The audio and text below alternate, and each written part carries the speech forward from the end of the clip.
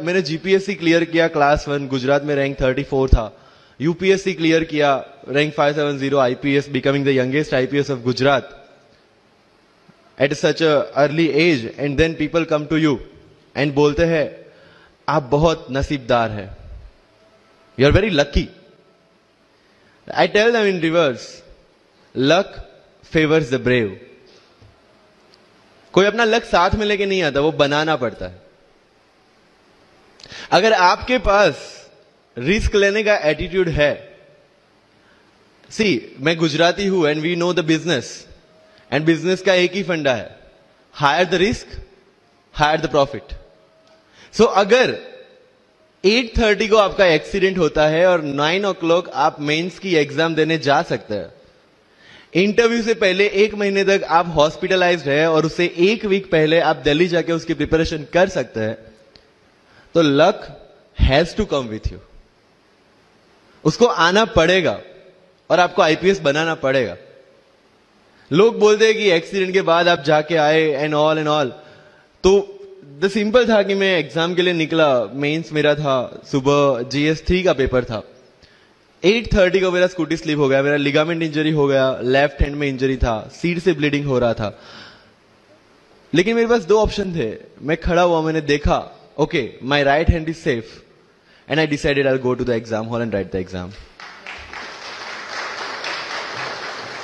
मेरे पास 2 ही ऑप्शन थे, या तो मैं वहां से उठ के रोने लगूं, यार मेरे साथ ही ऐसा क्यों हुआ, मेरा एक्सीडेंट हो गया, मेरा मेंस खराब हो गया, और हॉस्पिटल जाओ। या दूसरा ऑप्शन था कि मैं देखूं कि मैं 3 घंटे और सर्वाइव कर सकता हूं। हाँ, कर सकता हूं। मैं मेंस के लिए एग्जाम हॉल में गया।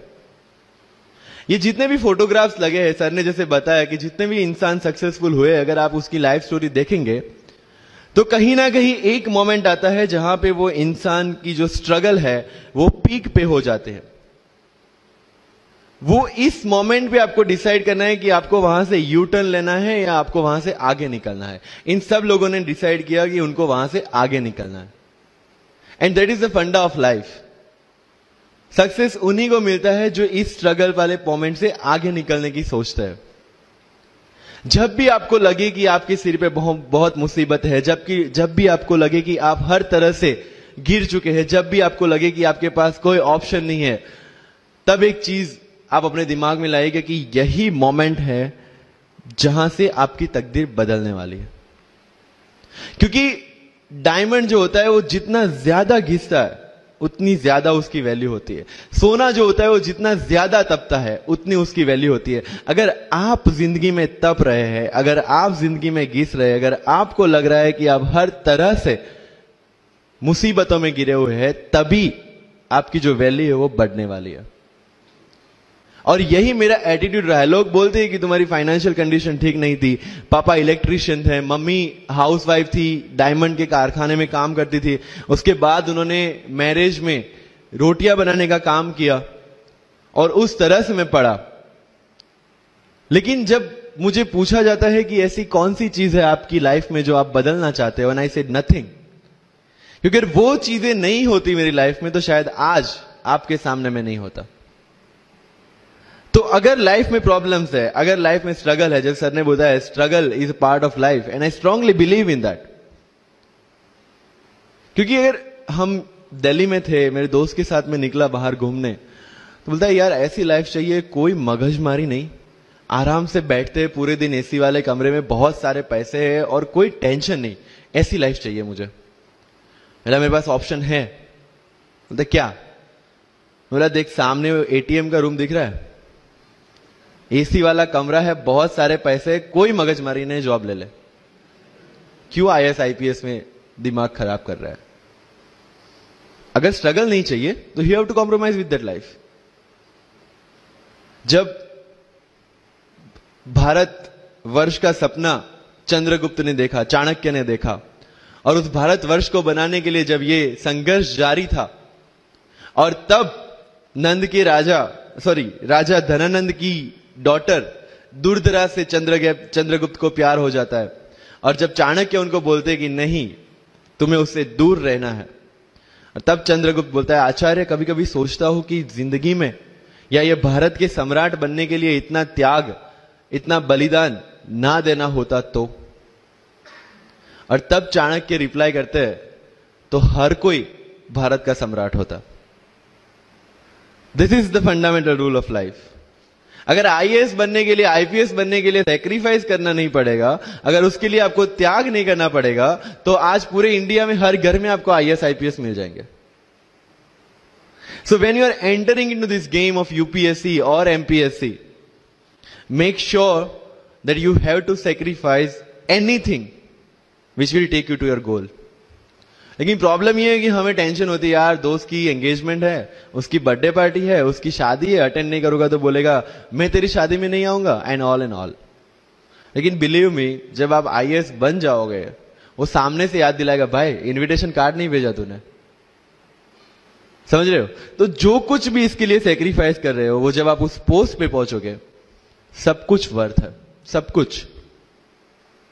मेरा इंटरव्यू था यूपीएससी का, मुझे एग्जैक्ट डेट याद है, 23 मार्च को मेरा इंटरव्यू था।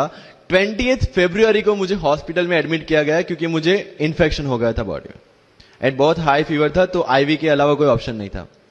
1 मार्च को ठीक होके मैंने सोचा चलो दिल्ली निकलते हैं। 2 मार्च को मैं दिल्ली पहुंचा। 3 मार्च को वापस से टॉन्सिलाइटिस का अटैक होने की वजह से फ्लाइट लेके वापस से पालनपुर, अहमदाबाद, अगेन हॉस्पिटलाइजेशन। 15 मार्च को I got relieved from the hospital. 16 मार्च को मैं दिल्ली पहुंचा और 23 मार्च को I gave my UPSC interview. तो 1 महीने का हॉस्पिटलाइजेशन। उसके बाद जब दिमाग में ये था कि मेरे साथ जो लोग इंटरव्यू दे रहे हैं वो 1 महीने से प्रिपरेशन कर रहे हैं, एंड 1 महीने से मैं हॉस्पिटल में था, again I thought this is the moment to prove yourself. I went to the interview और पूरे इंडिया में 2nd highest marks in interview for the entire life. कि जितने भी कंप्लेंट्स आपकी लाइफ में है, मैं यहां से आता हूं, मेरे पेरेंट्स ये करते हैं, मैं वो करता हूं, मेरा इंग्लिश अच्छा नहीं है, मेरा मैथ्स अच्छा नहीं है, ये सारे हमने अपने आप को दिए हुए एक्सक्यूजेस है। You have to find the solution by yourself. अगर इंग्लिश नहीं आता है, I can start with the 5th standard book, और 5th स्टैंडर्ड बुक से भी शुरुआत करने में अगर मुझे अपना ईगो बीच में आ रहा है, then I can not learn it at any stage of my life.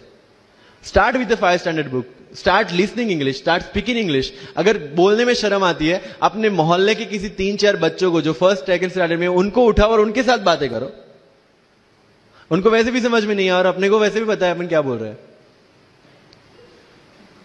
Getting my point? तो अगर वहां पे भी अगर ईगो बीच में आ रहा है, start doing like this, start speaking. मैं 11th-12th में था, मुझे पता था मेरा इंग्लिश कैसा है, फिर भी आई यूज टू स्पीक इंग्लिश, क्योंकि मुझे पता है सामने वाले को तो वैसे भी समझ में नहीं आ रहा है। अगर किसी मूवी में इंग्लिश डायलॉग सुन लिया, पूरा दिन मेरे दिन, मतलब जहां पे भी कोई भी बात करूंगा, मैं वहां पे वो डायलॉग घुसाऊंगा। This attitude should be there. तो लाइफ में जो मैं कंप्लेनिंग एटीट्यूड की बात कर रहा था, वो कंप्लेनिंग एटीट्यूड आपको कहीं पे भी नहीं ले जाएगा। You have to put all your complaints aside, start preparation. क्योंकि आज तक दुनिया यह मानती थी कि एक भी शब्द बिना बोले हम अपनी बात एक्सप्रेस नहीं कर सकते। तब हमारे साथ थे चार्ली चैपलिन, जिन्होंने एक भी शब्द बिना बोले सारी दुनिया को एंटरटेन किया। आज भी दुनिया जब यह मानती है कि सिर्फ औरतें अच्छा खाना बना सकती है, हमारे सामने संजीव कपूर, जिन्होंने पूरी दुनिया को भारत का स्वाद चखाया। आज भी अगर दुनिया यह मानती है कि अकेले इंसान से कुछ नहीं हो सकता, हमारे सामने महात्मा गांधी, जो अकेले चले थे और पूरा देश उनके पीछे चला था। आज भी दुनिया अगर यह मानती है कि धनवान बनने के लिए धनवान घर में पैदा होना जरूरी है, हमारे सामने धीरूभाई अंबानी, जिन्होंने पूरी दुनिया को एक सपना दिखाया, कर लो दुनिया मुट्ठी में, और आज रिलायंस इंडस्ट्री वर्ल्ड की और इंडिया की सबसे बड़ी इंडस्ट्री है। आज भी दुनिया अगर यह मानती है कि हम कम एज, ज्यादा एज में कुछ नहीं कर सकते, हमारे सामने अमिताभ बच्चन, जो आज भी एक साल में 3 ब्लॉकबस्टर मूवीज देते हैं। अगर आप ये मानते हैं कि सिविल सर्विस में आने के लिए आपका बैकग्राउंड होना जरूरी है, आपके सामने Shahrukh Khan without any background आज भी बॉलीवुड का बादशाह है। अगर आज तक दुनिया यह मानती थी कि हम सिर्फ धरती पे रहने के लिए बने हैं, हमारे सामने नील आर्मस्ट्रांग, जो चंद्र पे जाके आए, आज तक हम ये जानते हैं कि हम क्या है, हम क्या बन सकते हैं, ये जानने का टाइम शुरू होता है अब। Thank you so much.